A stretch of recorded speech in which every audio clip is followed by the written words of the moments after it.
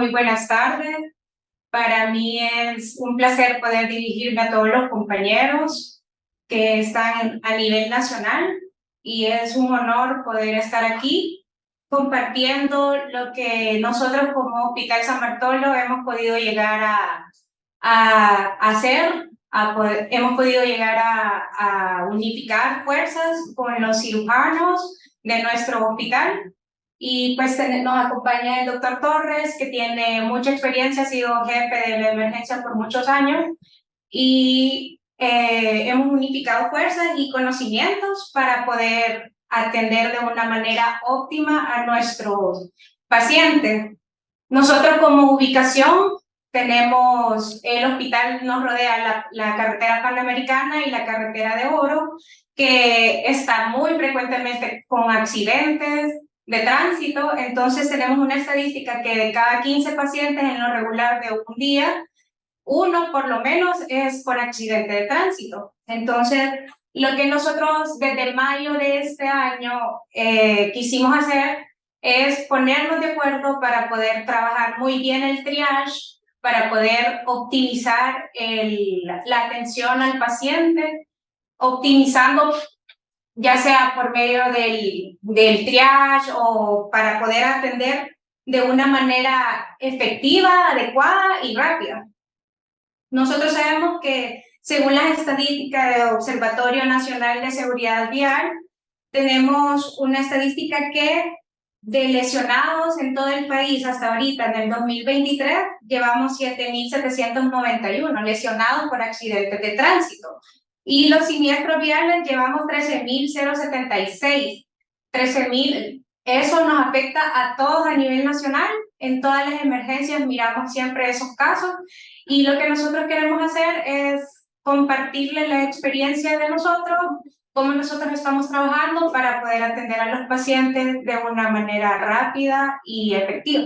En este momento voy a dejar al doctor Torres para que él nos imparta el conocimiento sobre cómo poder identificar y cómo manejar a un paciente según el triage y a un paciente politraumatizado, que la mayoría es por accidentes de tránsito, así que le dejo el tiempo a él. Buenas tardes a todos, un placer estar con ustedes y compartir nuestra experiencia con Hospital San Bartolo. Nosotros somos un hospital de choque en el sentido de recibir abundante pacientes víctimas durante la historia reciente, era violencia criminal. Ahora la principal causa son accidentes de tránsito, caídas, pero siempre son pacientes víctimas de un trauma.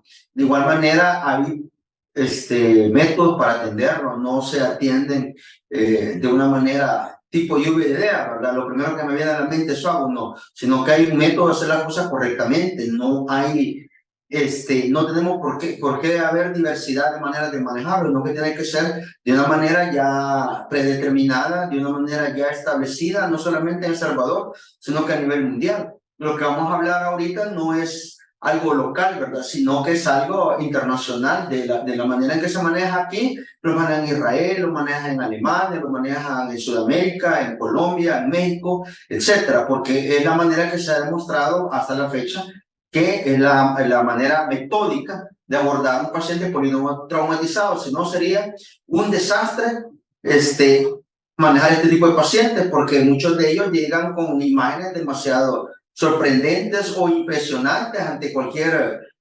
persona, incluso entre un médico experimentado puede ser víctima de sus emociones y comenzar a manejarlo porque lo que más lo estremeció, cuando muchas veces no es lo que le puede quitar la vida al paciente. Entonces, primero vamos a referirnos que es un paciente politraumatizado. Un paciente politraumatizado, hay muchas definiciones, algunas se han actualizado, pero en términos generales, para que todos nos entendamos, es un paciente que ha sufrido una lesión de 2 o más órganos o sistemas, más una lesión de un hueso largo. O, de igual manera, 2 huesos largos más un órgano o sistema. Por ejemplo, entendiendo sistema nervioso central, cavidad abdominal, cavidad torácica, vascular, etc. Y huesos largos, tales, por ejemplo, la tibia, el fémur, pelvis incluso. Entonces, cuando han habido lesiones varios órganos de estos sistemas, entonces vamos a hablar de un paciente politraumatizado. Debemos de tener bien claro que no es lo mismo un paciente que, por decir algo, se acaba de caer de una bicicleta y llega con un montón de raspones, lesiones, heridas pequeñas por todas partes del cuerpo, pero eso no es un politraumatizado, porque el paciente politraumatizado es un paciente que, aparte de sufrir múltiples lesiones en esos órganos del sistema, ha dado una respuesta fisiológica y hemodinámica. Su cuerpo ha dado respuesta, ha montado toda una cascada de inflamación y factores de la inflamación para enfrentar eso. Entonces, eso cambia nuestro medio interno y genera cambios en nuestro metabolismo, en la distribución del líquido, etc. Entonces, eso no sucede en un paciente con un montón de golpes, por decir algo de menor gravedad, sino que tiene que cumplir eso para hablar de un paciente politraumatizado, y ahí es que estamos dirigidos. Pacientes con lesiones graves en diferentes órganos o sistemas. ¿Cuáles son los planes de tratamiento de estos pacientes? ¿Cómo nosotros en la unidad de emergencia vamos a afrontar a estos pacientes que muchas veces son todo un reto ante nosotros como personal de salud, tanto como médicos, enfermeras, encargados de laboratorio clínico, licenciado en rayos X? Para nosotros es un reto sacar adelante el paciente con la menor morbilidad posible, con una mayor funcionalidad, que es lo importante. Primero, salvarle la vida, y segundo, después de haber salvado la vida, tratar de preservar la mayor cantidad de órganos posible y el funcionamiento de ellos. Entonces, son dos pilares básicos. El primero es hacer un buen triage. Segundo, un abordaje de A, B, C, D, E. Más adelante vamos a ver qué entendemos por abordaje A, B, C, D, E, pero en síntesis es la evaluación primaria del paciente y los anexos de esa evaluación primaria. Entonces, debemos de ser en este sentido rígidos en esto, ¿verdad? En abordarlo de esta manera, no una idea, no lo que yo creo, sino que basarnos en el A, B, C, D, E, porque ya se demostró, esto ha evolucionado durante el tiempo. Allá por la década de los 60 en Estados Unidos hubo un accidente grave que dio inicio a un sistema que llamamos ATLS, que es Advanced Trauma Life Support. Y el Advanced Trauma Life Support fueron los que comenzaron a trabajar, a preocuparse, porque antes de eso los pacientes se abordaban de la manera en que cada quien creía que era lo mejor, pero comenzaron allá a hacer un método, y el método a través de los años se ha ido perfeccionando y es perfectible. Es decir, cada año están haciendo revisiones, se van haciendo cambios de lo que está resultando o lo que es mejor, ¿verdad? Entonces, esa manera es el abordaje ABCDE y está basada en una selección y priorización de los pacientes ante los recursos que tenemos y la demanda que tenemos. ¿Cuáles pacientes son los que van a beneficiarse de mejor manera? ¿A quién vamos a atender primero? ¿A quién vamos a trasladar primero? ¿A quién le vamos a tomar los estudios de rayos X primero? Etcétera, etcétera. Entonces, ¿qué tenemos por triage? Triage, ¿qué es? Es un vocablo francés que significa priorizar, seleccionar. Se comenzó a usar allá en los tiempos de la guerra de Napoleón. Todos hemos escuchado hablar de Napoleón. Entonces, en la guerra que él manejó, ahí comenzaron a usarse equipos médicos que hacían los primeros triajes. Pero digo, triage es un vocablo francés que significa priorizar y seleccionar. Priorizar y seleccionar el qué. De un cúmulo de pacientes que tengo, de un lote de pacientes que me llegan a un centro hospitalario, ¿cómo los voy a atender? Por orden de llegada, por orden de quién grita más, por orden de quién se lamenta más, porque ese no. Hay maneras de seleccionar este tipo de pacientes según los recursos con los que tengo, para que así esos escasos recursos con los que yo cuento pueden poder beneficiar a la mayor cantidad posible de los pacientes, que se me mueran lo menos posible y que los que voy a salvar sean salvables, que alguien que era salvable no se me muera porque yo tomé una decisión equivocada, porque yo en lugar de atender al que iba a salvar, tomé la decisión de atender a otro que no tenía ya esperanza de vida en el contexto en el que nos encontramos. Se comenzó a usar el triage en la atención rutinaria, principalmente en casos de desastre, en casos terremotos, por ponerle algo, incendios, en caso cuando los recursos que teníamos parecían no ser suficientes para la cantidad de pacientes que nosotros vamos a enfrentarnos, pero el triage nos permite ser eficientes con estos recursos, con estos escasos recursos ante la gran demanda. Entonces hay diversos tipos de triage. Ya vamos a ver cuál es la que, en estos casos, la que mejor se usa. pero es un proceso continuo. Comienza desde que llegó la ambulancia, allá donde se descarriló un tren, donde dio vuelta un bus, donde dio vuelta un camión con un montón de pacientes, donde hubo una explosión, donde hubo un incendio y hubo múltiples víctimas. Ahí el cuerpo de socorro está capacitado, hoy sí lo están, en hacer el triage a los pacientes, de tal manera en que no van a transportar al hospital al que primero que salió o al que gritó más, sino que van a hacer un triage allá. En el camino van a hacer un triage. Cuando llega al hospital, en la puerta del hospital se hace otro triage. Se hace el triage para decidir a quién vamos a tomar estudios radiográficos. Se hace un triage para ver quién va a pasar a sala de operaciones primero. Si hay que pasar 10 y solo tenemos 3 quirófanos, hay que hacer triage para ver a cuál de esos 10, a cuáles les voy a dar primero el quirófano, etcétera. Entonces es un método dinámico y continuo, ¿verdad? En todo el proceso. Hay diferentes modalidades de triage, el que nosotros vamos a hablar, hay diferentes, ¿verdad? Entonces se categorizan por colores. Estos son colores internacionales. Como dije al inicio, lo mismo aplica para Afganistán, lo mismo aplica para Palestina, para Israel, para Alemania, para México, para Colombia y para El Salvador. Vamos a decir que tengo un paciente verde, el de Colombia me entiende que es un paciente verde, el de Estados Unidos me entiende que es un paciente verde.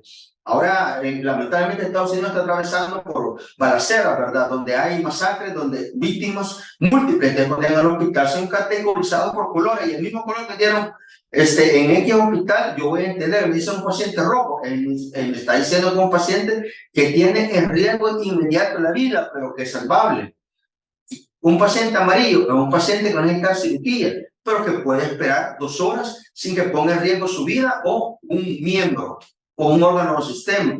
Un paciente verde, un paciente que tiene heridas que probablemente no van a necesitar ningún tratamiento urgente en ese momento, que incluso pueden derivar a un establecimiento de menor complejidad como una unidad de salud, o se puede decir al paciente, mira, va a venir mañana, lo que tiene probablemente sea un E15, yo tengo 40 pacientes, no me voy a dedicar a tratar un E15, puede venir mañana, no le va a pasar nada por retrasar el tratamiento. Y hay un color negro, ¿verdad? Que es para pacientes que llegaron fallecidos o pacientes que en el mejor de los casos no van a tener esperanzas de vida, pacientes con exposición encefálica, pacientes en paro cardiorrespiratorio por el trauma, etcétera. Es decir, pacientes que nos van a absorber gran cantidad de recursos y que su futuro es sombrío, que tienen mal pronóstico. Entonces, en esas circunstancias se categoriza como negro, aunque no esté muerto aún, pero no vamos a dedicarle recursos que pueden dedicar para salvar la vida a alguien que es rescatable. Esa es la idea.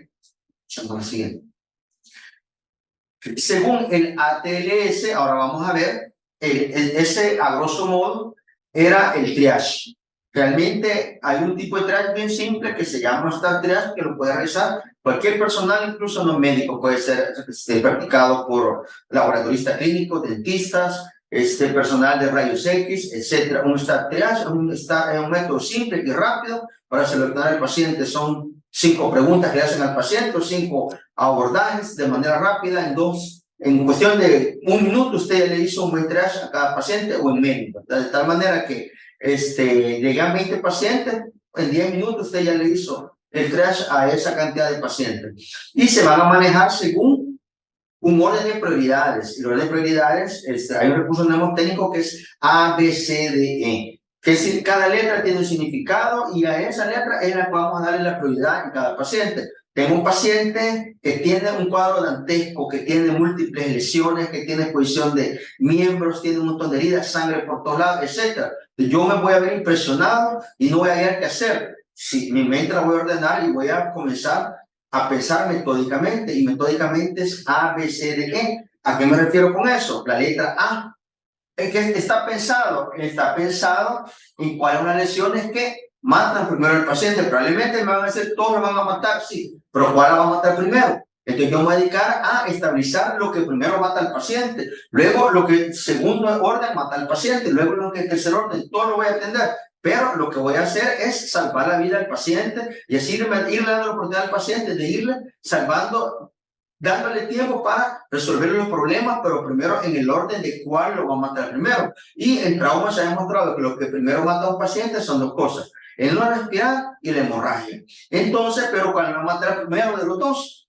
El no respirar. Entonces, por eso le doy la prioridad a a la respiración. Entonces el A es la vía aérea permeable, del inglés airway, vía aérea permeable, con una condición, con el control de la columna cervical. Es decir, yo voy a asegurar que el paciente tenga abierta su pasaje de aire, pero sin yo agravar una lesión que él traiga en la columna cervical. Recordemos que estamos viviendo en una epidemia de accidentes de tránsito. Muchos de los pacientes vienen con lesiones cervicales, que probablemente está la fractura vertebral, pero no se ha desplazado, no, el paciente no tiene paraplegia o tetraplegia, pero si yo manejo mal al paciente, vamos a convertir una fractura cervical en una paraplegia o en una tetraplegia. Entonces se trata de no hacer más daño del que ya traía el paciente. Entonces yo le voy a abrir su vía aérea, pero sin dañar la columna cervical, porque en las maniobras en las que yo le abro la vía aérea, yo podría agravar una lesión. Entonces siempre que yo piense vía aérea permeable, pero con control de la columna cervical, ya vamos a hablar más adelante cómo es ese control de la columna cervical. El B me refiere a la ventilación, es a la manera en que respiro, porque puedo tener la vía permeable por respirando mal. ¿Por qué? Por lesiones del tórax, que son sumamente frecuentes. Entonces, en el B yo tengo que tener en mente 3 o 4 patologías que me van a matar al paciente inmediatamente si yo no las resuelvo. Entonces, el A, vía aérea permeable, el B es la ventilación, abordarle un buen dispositivo respiratorio al paciente o resolver problemas de la caja torácica del paciente que le impiden realizar una buena ventilación. El C se refiere a control, a circulación y control de hemorragia. Ahí implica que yo voy a detener cualquier hemorragia, voy a manejar el shock y voy a poner líquidos endovenosos. Todas esas cosas implican el C. Si tengo una hemorragia permeable visible, la voy a llegar a comprimir, ¿verdad? Porque la primera medida para manejar la hemorragia es hacer compresión. A pesar de la compresión, o no tengo una hemorragia permeable, pues una hemorragia externa que yo la puedo decir, ves, está sangrando esta extremidad, está sangrando este lugar, pero a pesar de que el paciente está chocado, yo tengo la obligación de hacer una búsqueda sistematizada del sitio de la hemorragia y si es necesario pasar a un quirófano, porque una hemorragia interna puede ser de los pulmones, puede ser del abdomen, del hígado, vaso, etcétera, de una fractura expuesta, y si necesito quirófano, yo lo voy a pasar inmediatamente al quirófano. Es decir, no termino A, B, C, D, E, no. Yo encuentro una hemorragia, me dedico a tratarla. Necesito quirófano, me llevo al quirófano. Yo no termino de hacer el D y el E, sino que a contener esa hemorragia. No lo voy a dejar porque no sé, un paciente se me va a morir, desangrado. Entonces ya tenemos A, vía aérea permeable, B, con control de la columna cervical, B, ventilación, C, circulación y control de la hemorragia, incluye colocar venoclisis. El D es el déficit neurológico, que implica evaluar escalas de Glasgow, que probablemente para el nivel del inicial no nos interesa mucho, pero sí podemos ver el diámetro pupilar. Entonces el paciente ya le evalué el A y le resolví un problema en el A. Paso al B y le resolví el problema en el B. Paso al C y le resolví el problema en el C. Evalúo yo su estado neurológico, tanto con la escala de Glasgow como con el diámetro pupilar.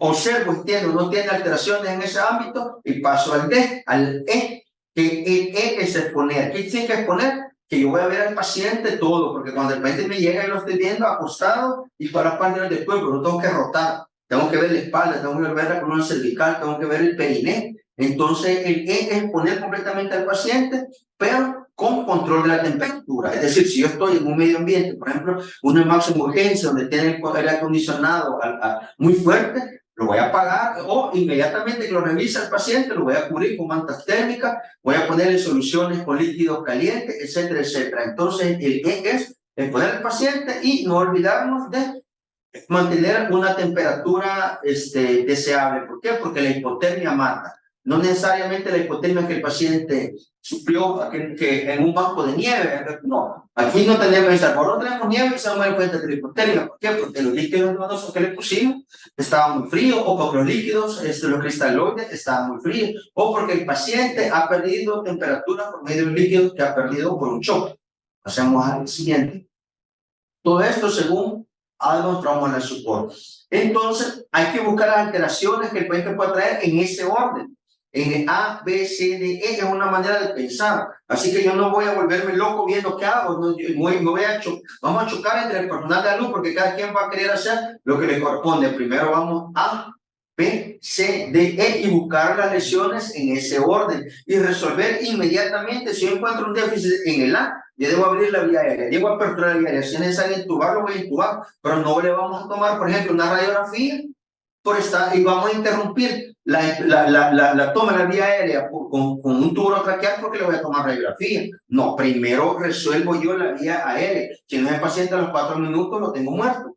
Entonces tengo que tener una vía permeable. Puede ser secreción en la que estamos fluyendo, puede ser piezas dentales, puede ser la lengua, el paciente que está inconsciente. Entonces yo tengo que tomar las medidas para aperturar esa vía aérea y no puedo pasar al siguiente si no le he resuelto eso. Obviamente lo voy a resolver en cuestión de minutos, no me voy a tardar 20, 30, 40 minutos en abrir esa vía aérea, no que van a ser maniobras expeditas, van a ser maniobras ágiles que no lo da el entrenamiento. Y el abordaje es en equipo. Entonces, todos tenemos, cuando llega un paciente politraumatizado, todos tenemos que tener asignaciones previamente establecidas. Por ejemplo, enfermería, le vamos a decir, vaya, cuando venga el paciente, usted se va a ir al lado izquierdo o al lado derecho y le va a tomar la venoclisis. Usted se va a dedicar a la vía aérea, yo me voy a dedicar a contener las hemorragias de esa manera, pero siempre respetando en ese orden. Se pueden ir sobreponiendo, pero por ejemplo, en los turnos, cuando el personal es menos, es cuando más ordenados debemos de ser, porque los recursos van a ser menores, pero yo tengo que ser más eficiente con esos pocos recursos. Entonces, cuando más en orden tengo que poner mis ideas y mis acciones. Entonces, ¿qué no entiendo por vía aérea permeable? Ustedes pueden ver ahí en la gráfica, están entubando a un paciente y pueden ver un collar cervical.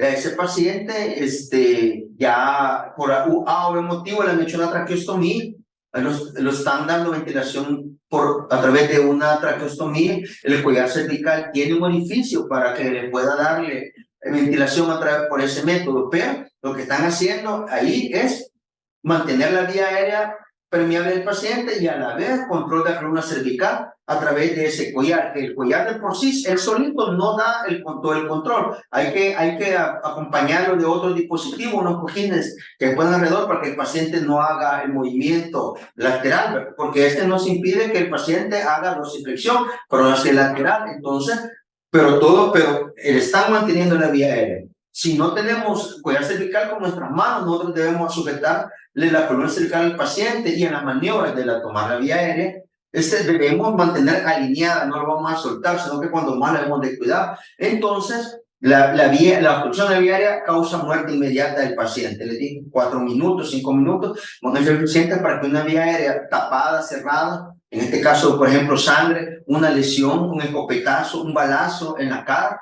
me puede destruir la vía aérea.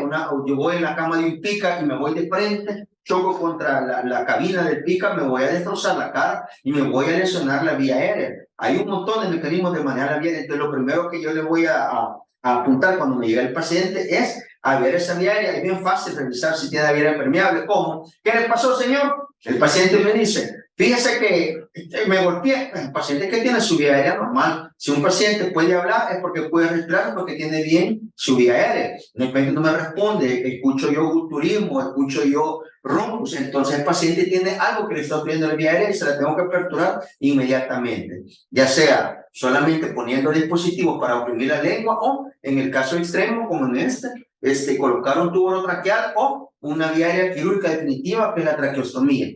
Tenemos que tener cuidado, como ya les mencioné, no estar movilizando exageradamente la columna, ¿verdad? Usar siempre el collar cervical y retirarlo hasta que estemos seguros a través de una radiografía de columna cervical que ese paciente no tenga una lesión o que al interrogatorio, si el paciente está consciente y lo permite, nosotros podemos examinarlo y explorar si tiene o no tiene sensibilidad o hipersensibilidad a ese nivel. Y si el paciente no está consciente, es mandatoria la radiografía de columna cervical. Idóneamente, el paciente debe de manejarse con una férula espinal larga. Para que nos entendamos, porque vamos a hablar mucho de ella, le vamos la férula espinal larga la vamos a llamar FEL, para que entendamos, férula espinal larga, FEL. Entonces, ¿qué es la que ustedes ven que los socorristas ponen? Eso no es de adorno, eso le asegura al paciente que no le vamos a provocar mayores lesiones que ya tiene. Puede llegar el paciente con diversos traumas, paciente de moto frecuente, y no le manejamos adecuadamente con una férula espinal larga, el paciente al día siguiente nos va a dar cuenta, le vamos a salvar la vida, pero nos va a dar cuenta que está parapléjico. ¿Por qué? Porque no lo manejamos adecuadamente. La siguiente. Ventilación, ¿qué es lo que implica la ventilación? Implica administrar oxígeno si es necesario, ¿verdad? Para mantener una adecuada oxigenación. Ponemos un saturómetro de pulso para verificar de que sí realmente está saturando bien, y hay que buscar mentalmente y clínicamente, el médico que lo está haciendo tiene que estar pensando en por lo menos 4 o 5 patologías que van a matar inmediatamente al paciente y que implican la cavidad torácica. ¿Cuáles van a ser las patologías? Neumotórax de tensión, hemotórax masivo, tórax inestable o una herida de corazón que se manifiesta como TDAH o tamponada cardíaca, pero siempre hemos de pensar en eso. Tenemos que buscar activamente. Antes nos decían o nos han dicho muchas veces, el que no sabe lo que busca, no sabe interpretar lo que encuentra, ¿verdad? Pues aquí se aplica. Yo tengo que saber qué es lo que ando buscando para saber qué es lo que voy a decir, tiene o no tiene esto. Entonces tenemos aquí radiografías que nos están ejemplificando cada uno de estos casos. En la primera radiografía, por decirle algo, nosotros tenemos ahí solamente, como todos son licenciados en rayos X, de médicos, ustedes pueden ver allí, pero que no sale, ¿no? En la primera vemos el pulmón colapsado, ¿verdad? Es un neumotórax casi total. Pero no solamente eso. Ustedes pueden ver el mediastino desplazado hacia el otro lado. Es decir, el neumotórax es del lado derecho. Y ustedes pueden ver el mediastino que se ha desplazado hacia el lado contralateral. Entonces, es un error haber tomado esta radiografía. La radiografía no debe de existir. Ahorita estamos aplicando para efectos académicos, pero no debió haberse tomado, porque esa es una neumotórax de tensión y esa es una situación que puede matar inmediatamente al paciente. Debe ser el diagnóstico clínico, no radiológico. ¿Por qué? Porque el hecho de desplazar el mediastino también quiere decir que la estructura vascular la va a angular. La vena cava superior, en lugar de estar recta, se va a angular, entonces no va a llegar sangre a las cámaras cardíacas. Y al no llevar sangre va a tener un colapso circulatorio inmediatamente, no solo en problemas ventilatorios, sino que también circulatorio, porque la vena cava superior no va a llevar sangre a las cámaras del corazón.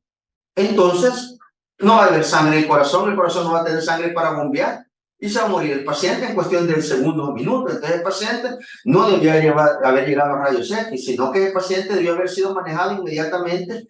Es un diagnóstico clínico, no radiológico. Entonces el paciente está sumamente taquipnéico, está moribundo, nosotros vemos que el tórax se expande más de ese lado, nosotros hacemos esto, percutimos y vamos a encontrar el tórax hiperresonante, porque el tórax es resonante, por ahí va a sonar peor, va a sonar como cuando nosotros le hacemos hacia un tambor, por la gran cantidad de aire que tiene acumulada en el tórax. E inmediatamente nosotros, sin pensarlo mucho, agarramos una aguja de mayor calibre con la que nosotros contamos en la unidad de emergencia y se lo introducimos en el segundo espacio, en la línea medio clavicular. Y con eso le vamos a salvar la vida al paciente. El cambio va a ser dramático. De un paciente moribundo, agonizante, el paciente comienza a respirar bien, con solo haberle puesto eso, vamos a escuchar nosotros el silbido de la salida de aire a través de la aguja. La agujita nada más, sin hacerle antisepsia, sin hacerle nada, sino que simplemente colocamos la aguja y vamos a salvar la vida del paciente. Ya después nosotros le tomamos las radiografías que queramos y le podemos poner un tubo de tórax, pero el tratamiento mandatorio y salvatorio es colocar la aguja de grueso calibre en el segundo espacio intercostal y línea medio clavicular, y no debe haber existido esa radiografía. Es un error del médico querer confirmar eso. Eso no se confirma, eso se maneja inmediatamente. En la segunda nosotros vemos que hay sangre ahí en la sonda radiografía, un hemotórax. Eso sí nos puede dar tiempo de tomarle radiografía. En la tercera también vemos otro neumotórax, ¿verdad? Sin embargo, un neumotórax simple que nos da tiempo de tomar la radiografía. ¿Por qué? Porque no hay desplazamiento del mediastino, tiene un neumotórax de tensión. Hay también tórax inestable que presenta cuando han habido múltiples fracturas costales, una a continuación de la otra, por lo menos 3 costillas en 2 puntos de la misma costilla, 2 puntos lesionados, fracturados. Entonces, en ese momento, el tórax pierde su capacidad de la dinámica de la ventilación, la ha perdido porque ese segmento fracturado se aísla del resto y puede matar al paciente. Entonces debemos de diagnosticarlo, ahí sí con rayos X, al ver el montón de fracturas costales inmediatas y tomar medidas. Y la triada de Beck, ¿verdad? Que eso es inmediato también. Tenemos una lesión en el tórax o en el epigastro y nosotros vemos que el paciente tiene las yugulares llenas, que los ruidos cardíacos no se escuchan y está hipotenso o chocado, probablemente hasta demostrar lo contrario, una herida de corazón, y eso se resuelve en el quirófano. Entonces, eso es B, ventilación. Ahora pasamos a circulación, ¿verdad? La circulación debe ser diagnosticada oportunamente. No vamos a esperar a que el paciente esté hipotenso para decir que hay shock. Hay signos tempranos de shock, que generalmente la taquicardia. Entonces vamos a ver si tiene lesiones que evidentemente van a estar sangrando, como en el caso del AGIDE que estamos viendo. Incluso ese paciente le han puesto torniquete, están permitidos los torniquetes, antes estaban proscritos, son salvatorios, realmente si es necesario se ponen. Con juicio, ¿verdad? En casos seleccionados, pero no es condenable, al contrario, un torniquete bien colocado y de manera justificada puede salvar la vida de un paciente. Y entonces la circulación implica el manejo del shock y control de la hemorragia, ¿verdad? Hay que tomarle venas, personal de enfermería, por catéteres de grueso calibre. No venas centrales, sino que venas periféricas de la extremidad. Hay que pensar en sitios ocultos de hemorragia. ¿Cuáles son? Los sitios ocultos de hemorragia. Es decir, nosotros vemos al paciente que no vemos dónde está sangrando, pero es claro y evidente que el paciente ha perdido sangre. Entonces, ¿cuáles son los sitios ocultos de hemorragia? Cavidad torácica, abdominal, la pelvis y los huesos largos. Cada uno de ellos puede perder una gran cantidad de sangre. Aquí es donde entra el protagonismo de ustedes, ¿verdad? ¿Cómo? Tomándole oportunamente la radiografía de tórax, tomándole la radiografía de pelvis, que nosotros vemos una fractura.